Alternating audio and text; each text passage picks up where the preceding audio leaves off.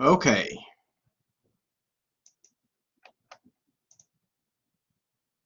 U.S. history, chapters 30 and 31, 1970s and the 1980s. So these will be the last two chapters that we cover for this course.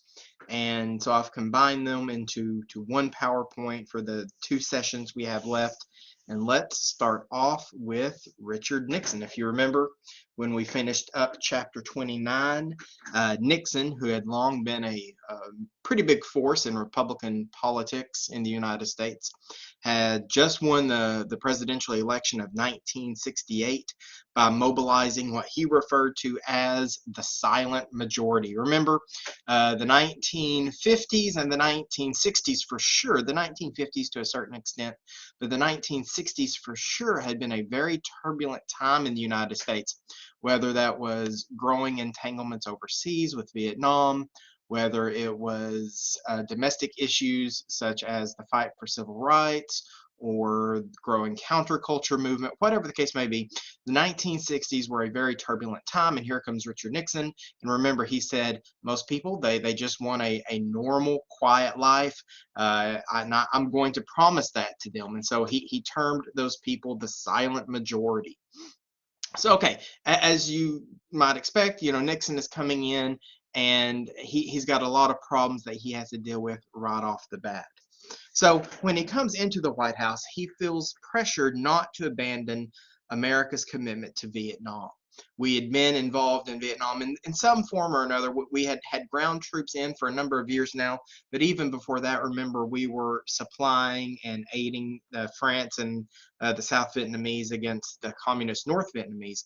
He didn't want to just throw all that away. So he came up with what he called peace with honor. Peace with honor. So basically he was saying, we want to get out. He was aware that America was not winning this war. He was aware that there was domestic backlash against this war. He wanted to get America out as well, but he didn't want to give the impression that he was abandoning Vietnam. So he comes up with this idea, peace with honor. Now, his number one advisor throughout all of this was a man by the name of Henry Kissinger. Henry Kissinger would serve as the national security advisor, and he would prove to be incredibly important to American foreign policy during Nixon's administration, and really, he has played a role probably in most presidential administrations. He's still alive. He has played a role in most presidential administrations, even if it's just kind of a cursory advisory role since the 1970s. So, okay, this is what Nixon sets out to do. He says, first of all, I have to do something about the domestic backlash. I have to appease domestic protesters who are angry about American involvement in Vietnam. And so he comes up with a number of ideas. He says he's going to come up with a better system than the draft. He calls it a lottery system. What he's really looking for is an all-volunteer army. That's what he would really like to have. Rather than having to force people to sign up and go fight, he would rather people do it of their own volition. Well, he also starts the policy of what he called Vietnamization. And basically, this is the idea that the United States will train the South Vietnamese to fight the war on their own behalf.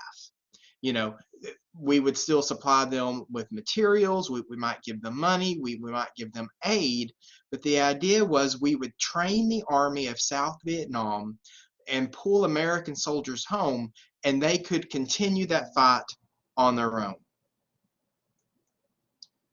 Well, it doesn't work. Now, to be fair, he does bring home a lot of American troops. By 1972, there were 60,000 American troops serving in the Vietnam War, and that was down from a high of over 500,000. So coming down from over 500,000 to 60,000, that is a huge drawdown in American forces, right? And it does help. The American protesters at home, it does begin to quiet a little bit. But here's the thing. While he's doing that, he's also, in some ways, in fact, a lot of ways, he is expanding the war. Now, Cambodia is a country that neighbors Vietnam. And Nixon was convinced, and it turns out that he was right, that North Vietnamese soldiers were using Cambodia as a shortcut to get to and strike at South Vietnam. The problem with this is that Cambodia was not officially involved in the war.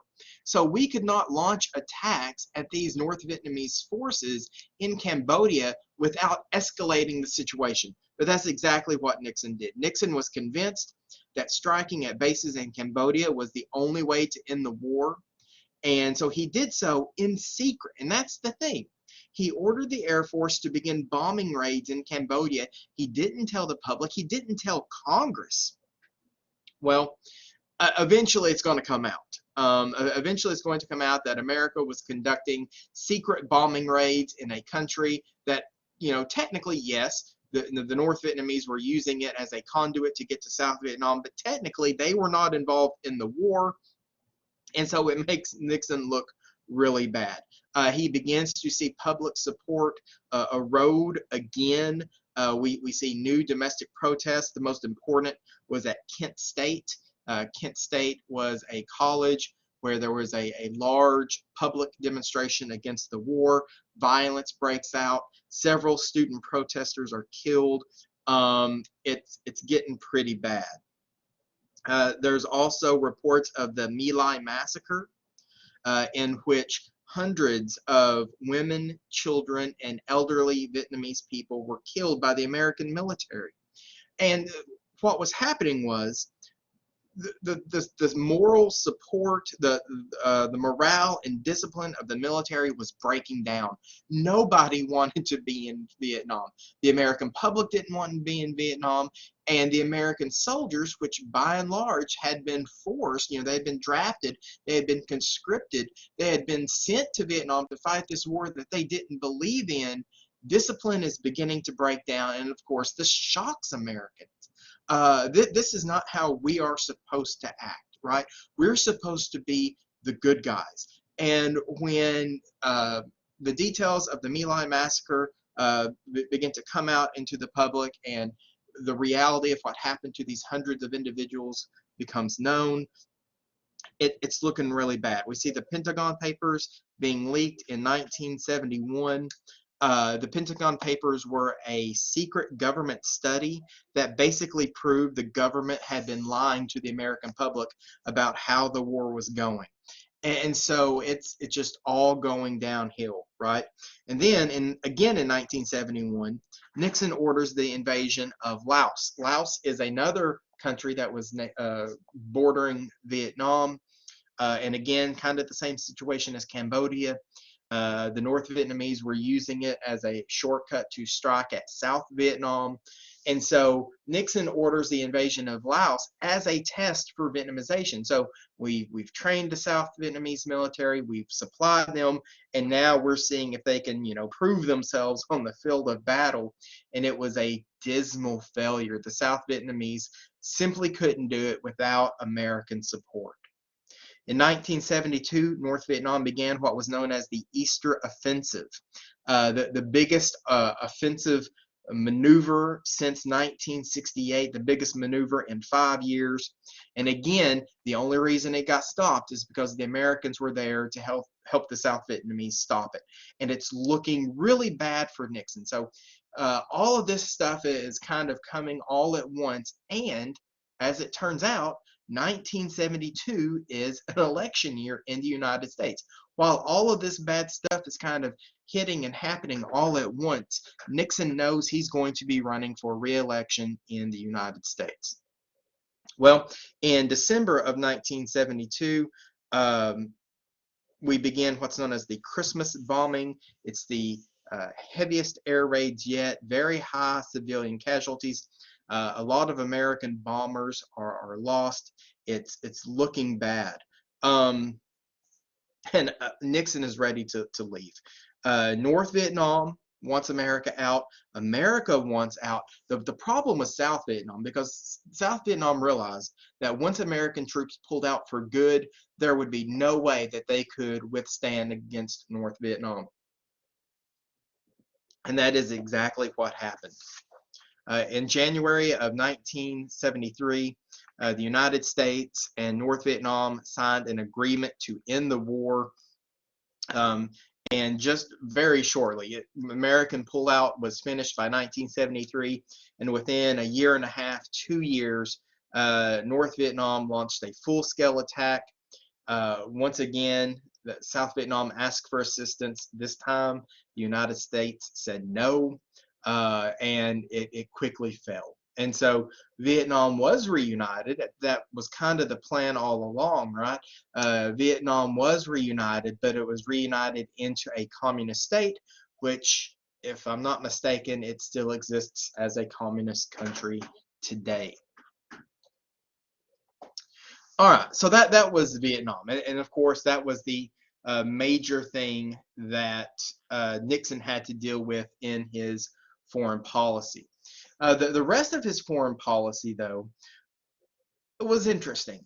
He had some pretty different ideas. So, for example, for a very long time, the world had operated as a bipolar world, and what I mean by that is two poles of power. You had the United States and you had the Soviet Union, the two world heavyweights, right? The two atomic superpowers of the age, and everything revolved around this conflict, the Cold War between the United States and the Soviet Union. Nixon wanted to move away from that. He wanted to move to a multipolar world. So more than just the United States and the Soviet Union. Maybe the United States and the Soviet Union and China. Maybe the United States and the Soviet Union and Japan or Europe or whatever the case may be. And I mentioned China because that is a major part of Nixon's foreign policy. Nixon was the first American president to recognize communist China. Remember that after the Chinese, it wasn't really a democracy, but after the Chinese government fell and Mao Zedong took over mainland China, the United States would only recognize Taiwan as the rightful Chinese government. Nixon was the first American president to recognize mainland China, communist China, as the rightful government. Now, this puts America in kind of an awkward position because remember, we have made overt promises to Taiwan to protect them if China ever invaded. China this entire time, and that is communist China this entire time has always regarded Taiwan as their rightful possession. And so the United States has been stuck in what's known as the two Chinas problem. I think I've mentioned this before. How do we recognize both Taiwan and communist China as both legitimate governments? Well, it's a question that we've never fully been able to answer. We've only been able to keep the peace as well as we can. But that was a major plank in Nixon's foreign policy. The recognition of China as a major world power. He also has dealings with the Soviet Union. And we've kind of mentioned this before, the idea of détente. The word détente literally means thawing. And so, again, kind of a thaw in the Cold War between the United States and the Soviet Union. We kind of saw this with Kennedy, right? The Soviet premier, after Stalin, Nikita Khrushchev, he's the one who stood up and said, you know, maybe Stalin wasn't really that nice of a guy. And now, eventually, things kind of flare back up again with the Korean War and Vietnam. Okay, fine. But now we're moving towards another of these thawing periods. Nixon visits Moscow. The new Soviet leader, his name was Leonid Brezhnev, came to visit Nixon in Washington, D.C., and there's some talking going on. There's a dialogue being established. And what they come up with was known as SALT I. SALT stands for Strategic Arms Limitation Treaty. And what it did, it capped the number of nuclear weapons in the United States and the Soviet Union. Now, It's not a drastic reduction. In fact, I don't think it was a reduction at all in nuclear weapons. So we still have thousands of nuclear weapons pointed at each other. We still have this idea of, remember, mutually assured destruction, building nuclear weapons to ensure world peace. That is still going on. And so it's not like we are best friends all of a sudden, but at least it's a start. At least we are talking to one another, and maybe we're making some headway. We also see what's known as the Nixon Doctrine, and the Nixon Doctrine will be a direct repudiation of NSC 68. Remember, NSC 68 said that, number one, America must challenge communism wherever it occurs in the world, and number two, America must go it alone, right? It says that America cannot trust this burden with her allies. It's too important. We have to be firmly in control ourselves. Well, Nixon is going to move away from that. That's what got us involved in Vietnam, right? And Nixon does not want to see a repeat of that. And so he comes up with the Nixon Doctrine. And yes, America will help. We will send aid. We will give money. We will give training. But it's only going to be help. The majority of the burden must fall on their allies. And so really, it's going to be a withdrawal of the United States from the Third World. Remember, that was the battleground, right? Initially, right after World War II, the question was, Europe, what's Europe going to do in this conflict between the United States and the Soviet Union? Then it was the developing world, and America is basically saying, well, we're gonna pull back from that. Other problems that Nixon has to deal with, we see problems with Israel. Remember that since the creation of Israel after World War II, it has faced constant attack from its Arab neighbors.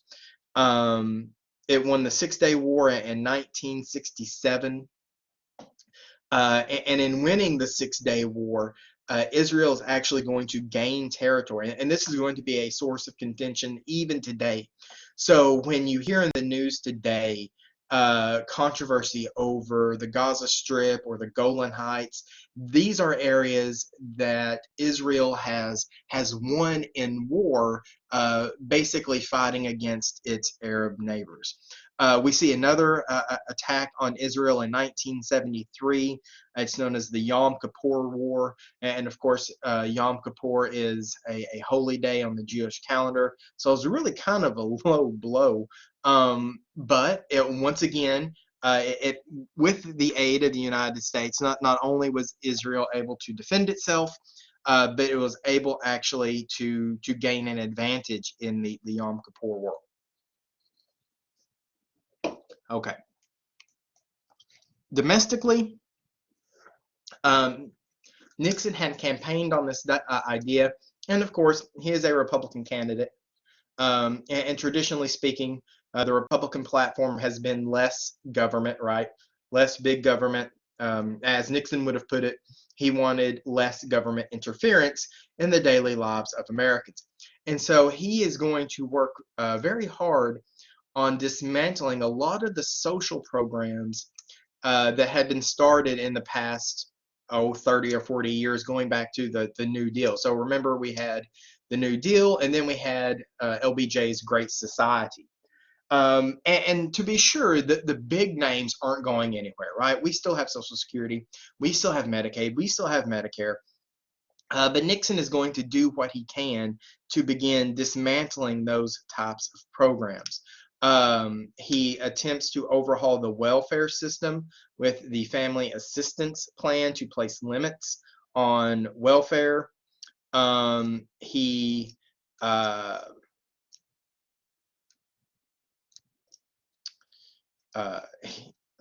sorry, I got distracted for a second. He tries to deal with the Supreme Court. Remember back during Earl Warren's days, the Supreme Court at the time was seen as very progressive, very liberal. They had taken a leading role in the civil rights movement, Brown v. Board of Education, those kinds of cases. And Nixon he was not happy about that. And so he began, as soon as he could, he began to replace the what he saw as Supreme Court liberals with conservatives. And from Nixon's point of view, that did not work out. For example, Bakke Board of Regents of California actually upholds affirmative action. And so the Supreme Court during the 50s and 60s was seen as very liberal, and that's actually going to continue into the 1970s. Now, as I mentioned earlier, Nixon is up for re-election in 1972. And he wins. He wins in a landslide. The Vietnam War was wrapping up. He had delivered on a lot of these promises to his conservative base with regards to reforming these social programs, decentralization of power, a return to quote unquote traditional values, a new balance in international relations. He has delivered on a lot of this stuff, and Nixon was very popular. He won in a landslide victory in 1972. The problem for Nixon isn't really going to start until his second administration. He had some issues in his first term, of course, Vietnam, that was the big one. But it's really going to be his second term that Nixon is going to get into trouble. He has to deal with inflation, soaring inflation in the 1970s. And remember, inflation is when money doesn't buy as much as it used to, right? A car used to buy a car used to cost $1,000, now it costs $2,000, that sort of thing. Part of that was the American economy was changing. I have up there eroding manufacturing base. Yes, absolutely. For years, since the end of World War II, the American economy had been the envy of the world. We had been the world's largest manufacturer. And that is going to end as we move into the 70s and 80s. It's just we cannot keep up. Labor costs, material costs around the world are going to fall. Transportation, global transportation is going to improve. And so you could build things cheaper and more quickly in other parts of the world and then ship them to the United States for sale. That wasn't possible before, but as we get into the 70s and 80s, it will become possible. We see the creation of OPEC. OPEC is a coalition. It stands for the Organization of Petroleum Exporting Countries. And basically all the countries that sold oil to the rest of the world, primarily Middle Eastern countries, but I believe Venezuela is also a member. And so all these countries got together and they said, listen, the rest of the world is running on our oil and we could make a lot of money. If we just all agree to act as one, if we agree to speak as one voice, we can raise the price of oil, we can constrict its supply, and we can make a lot of money for ourselves. And so that's exactly what happened. They all got together and they formed basically a trade union, a trade coalition. They began severely controlling the price and supply of oil, and it's a real wake-up call for the United States, who for years had grown dependent on cheap, easy oil. Now it's a whole new world. Something else that Nixon has to deal with was it's a new term. They had to come up with this term. It's called stagflation. If you remember, when I had mentioned inflation previously, one of the reasons that inflation happens is because the economy is running too hot. The economy is running too hot. There's too much activity. There's too much money floating around, right? Well, what was happening in Nixon's, that was a well understood problem, right? Because it's supply and demand. You have more economic activity, you've got more money changing hands, and supply and demand, the more there is of something, the less it's worth. Inflation, because of a red hot economy, was nothing new. That was understood. What was happening in the 1970s, though, they called it stagflation. It was rising inflation, but it was actually economic stagnation. There was actually, economic recession is a technical term, but the economy was actually flat. And nobody knew what to do about this. We kind of knew what to do with inflation because of a red-hot economy, right? You cool the economy down. We've talked about fiscal policy and monetary policy. There are some understood and accepted practices to temper down a red-hot economy.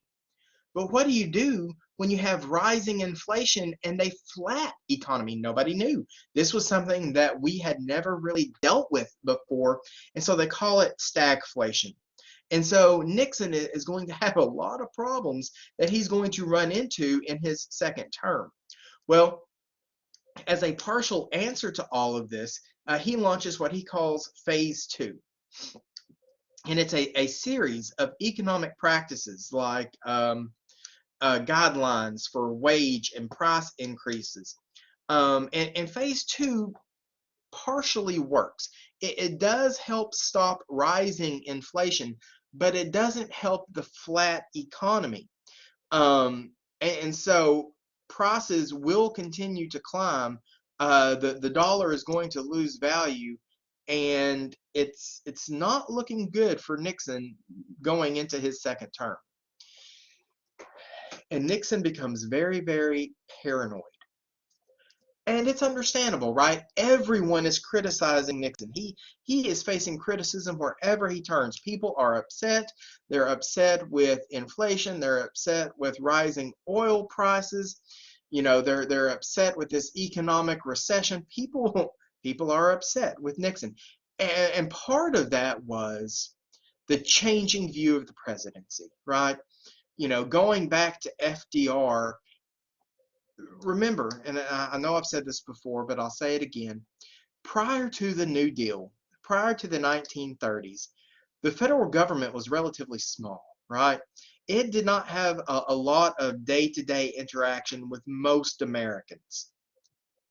But when FDR came into the presidency at the depths of the New Deal, he changed all that, right? All of a sudden, the president was the guy to take control of the situation.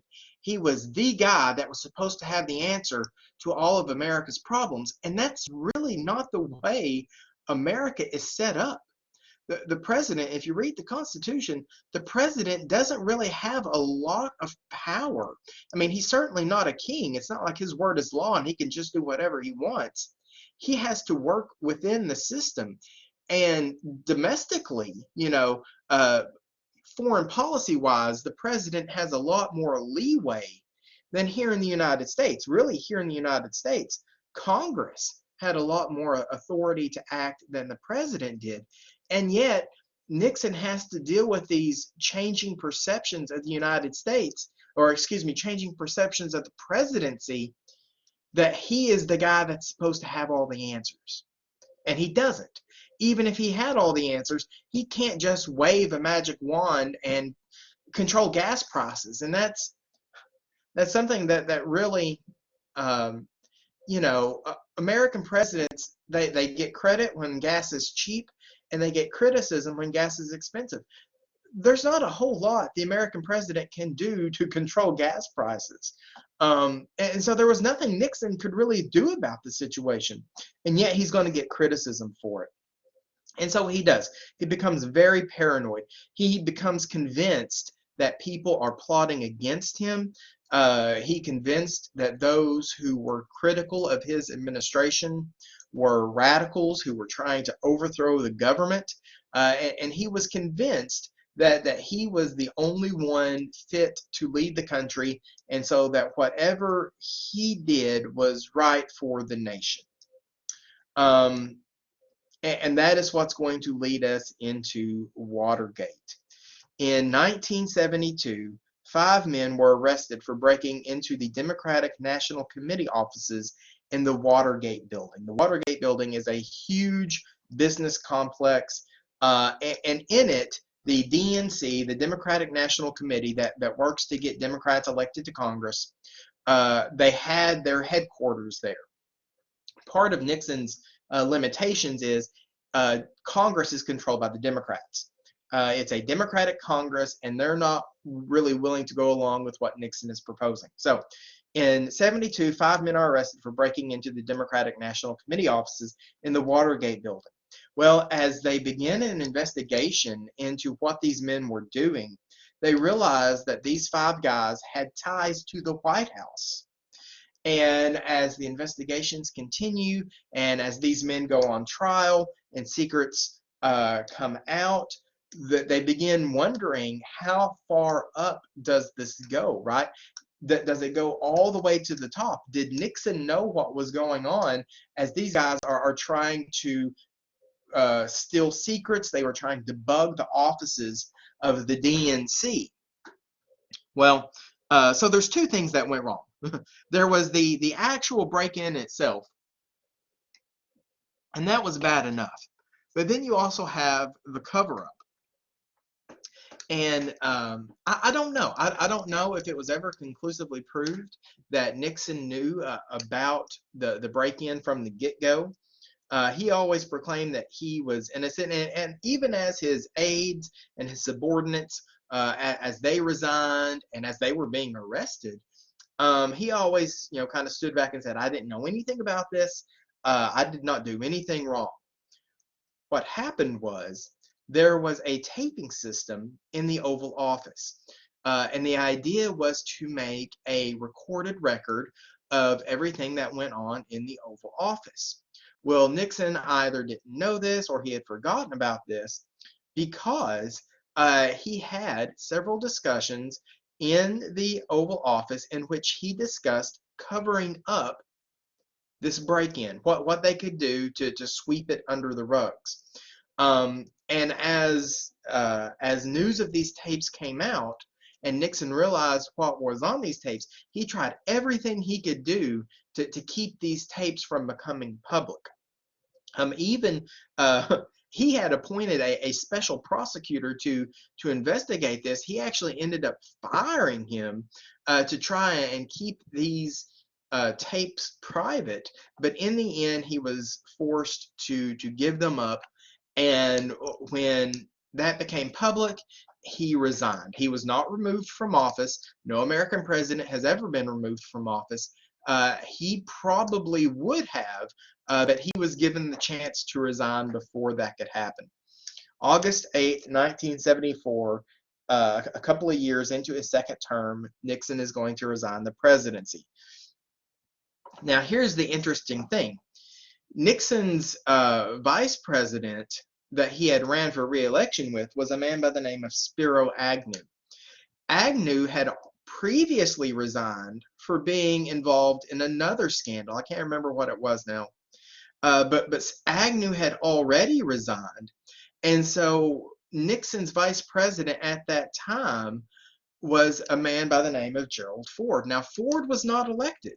He's the only American president who was never actually elected in any way into the office. He was not elected as vice president, and he took over after Nixon resigned, so he was not elected as president. But that's exactly what happens after Nixon resigns.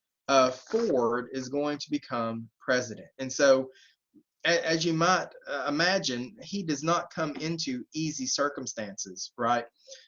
He comes in under the shadow of scandal. I'm sure at times people question whether Ford knew anything about it, and it's not a good look for Ford, because the first thing he does is he pardons Nixon. He basically gives him a blanket pardon and says, any illegal activities that might have committed by President Nixon, I hereby pardon. And so that really makes people kind of give him the side eye, right? Did he make a sweetheart deal with Nixon? Hey, I promise to resign and you can be president. You just have to pardon me first thing off the bat. I don't really think that's what happened, but it's not a good look, right? And so Ford comes into the presidency. He inherits this troubled economy. Now, he thought Americans were spending too much and saving too little. So he goes out and starts making these speeches about how Americans just need to buckle down and spend less and save more. And it does not get a warm reception, right? America suffers serious recessions in 1974 and 75. The economy is the worst since the Great Depression. Now, we're nowhere near what the Great Depression was, but it's the worst it's been since then. America is still facing a huge energy crisis. In fact, OPEC is going to institute an embargo. They're basically going to say, we refuse to sell oil to the United States because of America's support for Israel. And so gas supplies in the United States are going to dry up. It becomes very restricted. And Ford does not have an easy time of it. Now, he does see some successes, mostly in foreign policy. He does sign the Helsinki Accords, which has to do with basic liberty of citizens around the world. We do see more stability in the Middle East, especially compared to what's coming. But he does not have an easy presidency. And so in the election of 1976, that's the next election year, Ford is going to face serious challenges. He's going to face challenges from both the right and the left. He's going to face challenges from more conservative politicians on the right, and from a relative, I don't want to say newcomer, but I'll say outsider from the left in Governor Jimmy Carter. And actually, that was one of Carter's, I don't want to say claim to fame, but that was one of his that was one of his campaign ideals, right? The thing is, Carter was a governor. He was former governor of Georgia, and he came in as a political outsider. He was not caught up in any of the scandals of the Nixon White House. He had nothing to do with Vietnam. He had nothing to do with rising oil prices. He basically promised a clean slate, a new beginning. You know, I'm not a Washington politician. I didn't grow up inside the Beltway. I'm an outsider. I'm a new guy. Elect me president, and we'll come in and we'll just start over. Well, and that's true. And a lot of people like that, and they liked hearing that this guy's not caught up in Watergate. This guy's not caught up in Vietnam. Let's give him a chance. The problem was he had some ambitious ideas, and he didn't have any allies on the inside. He didn't know how to work the system. He didn't know how the federal government really worked because he was an outsider. And so maybe he had some good ideas. I don't know. The world will never know because he wasn't able to get them into practice because he kind of didn't know what he was doing. Okay, Carter as president. The first thing he wanted to do was fix this economy, the worst it's been since the Great Depression. And he thought that deregulation was the answer. Now, this is interesting because deregulation is kind of a traditional Republican platform. Less government red tape, less government oversight of businesses. That's the kind of thing that you might expect to see out of a Republican president. And yet, Carter, as a Democrat, is going to pursue not of everything, but at least of some industries, he is going to push for deregulation. Now, his argument is, if there's more competition, prices will lower, and that's certainly true. That's kind of the idea. If you've got a monopoly, you can charge whatever you want, but if you've got someone you have to compete with, that's going to naturally lower prices. So he is going to seek deregulation. He is going to have energy problems. We'll talk more about Iran in just a moment. But he also has to deal with 3 Mile Island. 3 Mile Island was a nuclear facility in New Jersey. I think it was New Jersey. It was a nuclear facility. It doesn't suffer a meltdown. There's not it's not like Chernobyl or anything like that. There's not a radioactive leak to the rest of the United States, but it is a partial meltdown. It's the worst nuclear disaster the United States has ever had.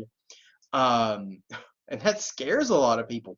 Nuclear energy since the 50s and 60s had kind of been touted as the next big thing.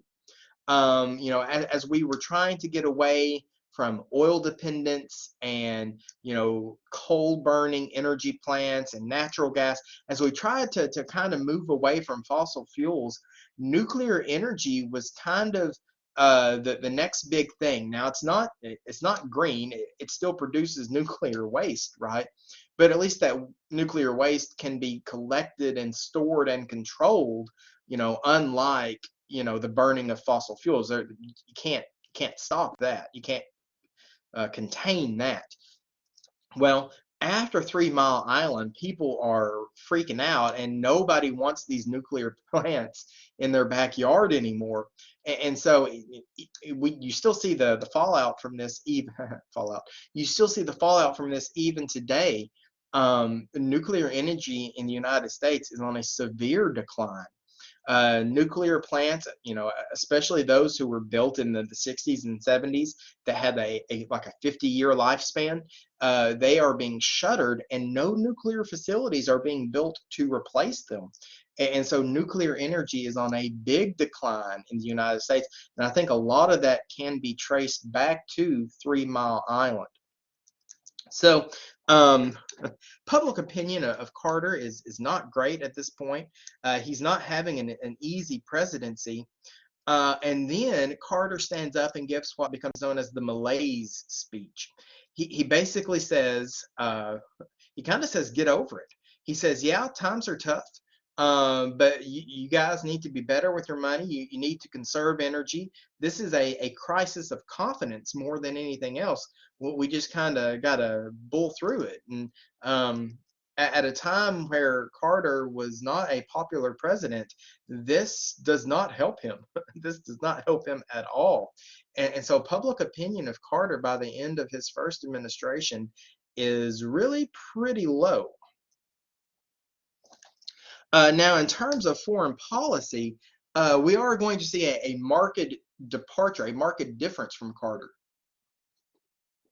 Carter is basically going to say, we're not going to focus on the Cold War anymore.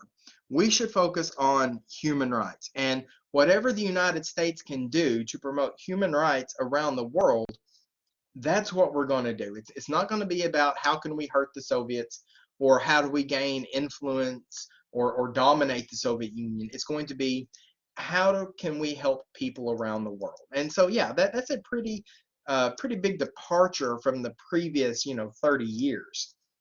Highlights of his administration, we do see the signing of the Camp David Accords, which of course were historic agreements between Egypt and Israel. Of course, Egypt was an Arab nation that had been one of the leading detractors of Israel. They had played leading roles in attacking Israel over the past few decades, and now they had made peace.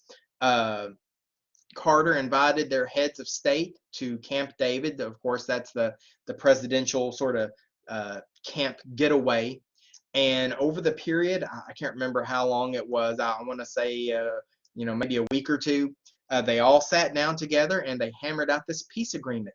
So Egypt was the first in the Arab world to recognize the right of Israel to exist. This was a huge deal. An Arab nation who was recognizing, not just recognizing, but pledging to keep the peace with Israel was a huge deal. The Panama Canal, also in the Middle East, which oversaw the transfer of the Panama Canal, Panama, I was thinking of Suez Canal later, Panama Canal, which is in South America, which he oversaw the agreement to transfer that back to Panama. The United States had controlled it ever since it was built, I guess, we're talking decades at that point. So that was a major foreign policy success, and a new nuclear agreement with the Soviet Union, SALT II. Still, he did face problems. We spoke about the military-industrial complex. Eisenhower was right. There was only so much Carter could do. He could not stop the arms industry. Remember, the United States was willing to support some really bad people in the name of stopping the spread of communism. He's unable to do anything about that. So, you know, it's not all good news for Carter on the foreign policy front. Now, another major problem that Carter has to deal with is Iran. Remember way back when we were talking about Iran, the United States had basically installed a very pro-West government. Remember the Shah of Iran? He was basically the absolute ruler. He's the king of Iran, essentially. And his word was law. And that's good for the United States because he's very friendly to the West. He likes the United States. He's willing to cut us a deal on cheap oil. And so we put him into power, essentially. And it works out well for the United States. The problem with the Shah was that he didn't treat his people very well. And so what happens is he's actually sick. The Shah has cancer, and he needs to come to the United States for cancer treatment. Well, as soon as the Shah leaves Iran and arrives in the United States, there is a revolution. It's led by the Ayatollah Khomeini. And it's a revolution that overthrows this pro-West government and institutes a very conservative, fundamentalist Muslim government. And that they are not friendly towards the United States, right? And as part of this, they seize the American embassy. And of course, the State Department has, you know, groups of Americans that American embassies can be found in most major countries. And there are Americans that work within the country in the diplomatic corps, right? Well, as part of this revolution, the Iranians take these American these American diplomats and workers hostage, and they hold them for over a year. And so this is a definite problem for Carter. It's not a good look for his administration. Just a few weeks after that, the Soviet Union is going to invade Afghanistan. And that's a problem for Carter as well, because, you know, this détente, this thawing of relations, that's a problem for the United States. We do not want to see them invade another country. So we levy economic sanctions against them. The Olympics that year were supposed to be held in Moscow, and so Americans boycott the Olympic Games. We withdraw from SALT II, and the end result is what becomes known as the Carter Doctrine. Now remember, this is a Democratic president who wanted human rights to be the focus of his foreign policy. But the Carter Doctrine says that the United States will use military force to protect its interests in the Persian Gulf, basically our oil interests.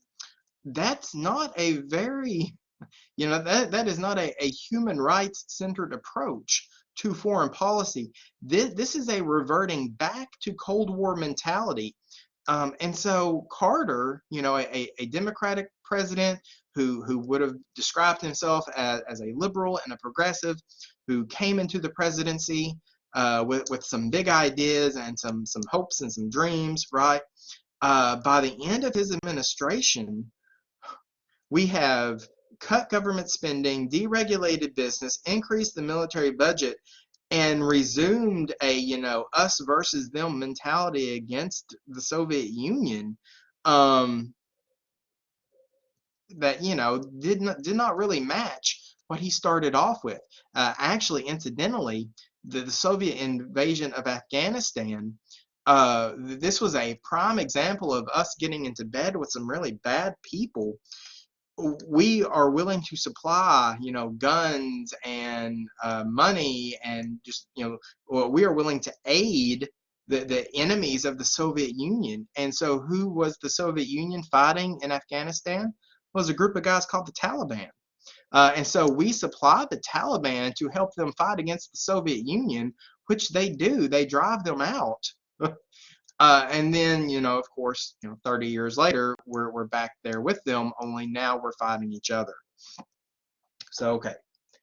Well, as you can kind of expect, or might have kind of seen, many people in the United States were kind of growing disillusioned with liberalism, and we're going to see a swing back towards the right. Now, in the 1970s, the United States is going to experience a major religious revolution, the rise of evangelical Christianity. And of course, America has always been predominantly a Protestant nation, predominantly a Christian nation, but it's really going to explode across the country in the 1970s. And evangelical Christians, they were unhappy with the direction that the country was going. They were unhappy with the reduced role of religion in everyday life. And so by the 1970s, the so-called Christian right, groups like the Moral Majority and the Christian Coalition, they are a major player in American politics. And at the same time, we also see the rise of a group of politicians known as the neocons, and that stands for neoconservatives.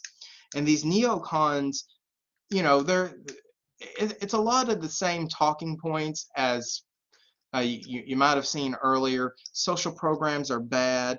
Soviets are a threat to the United States.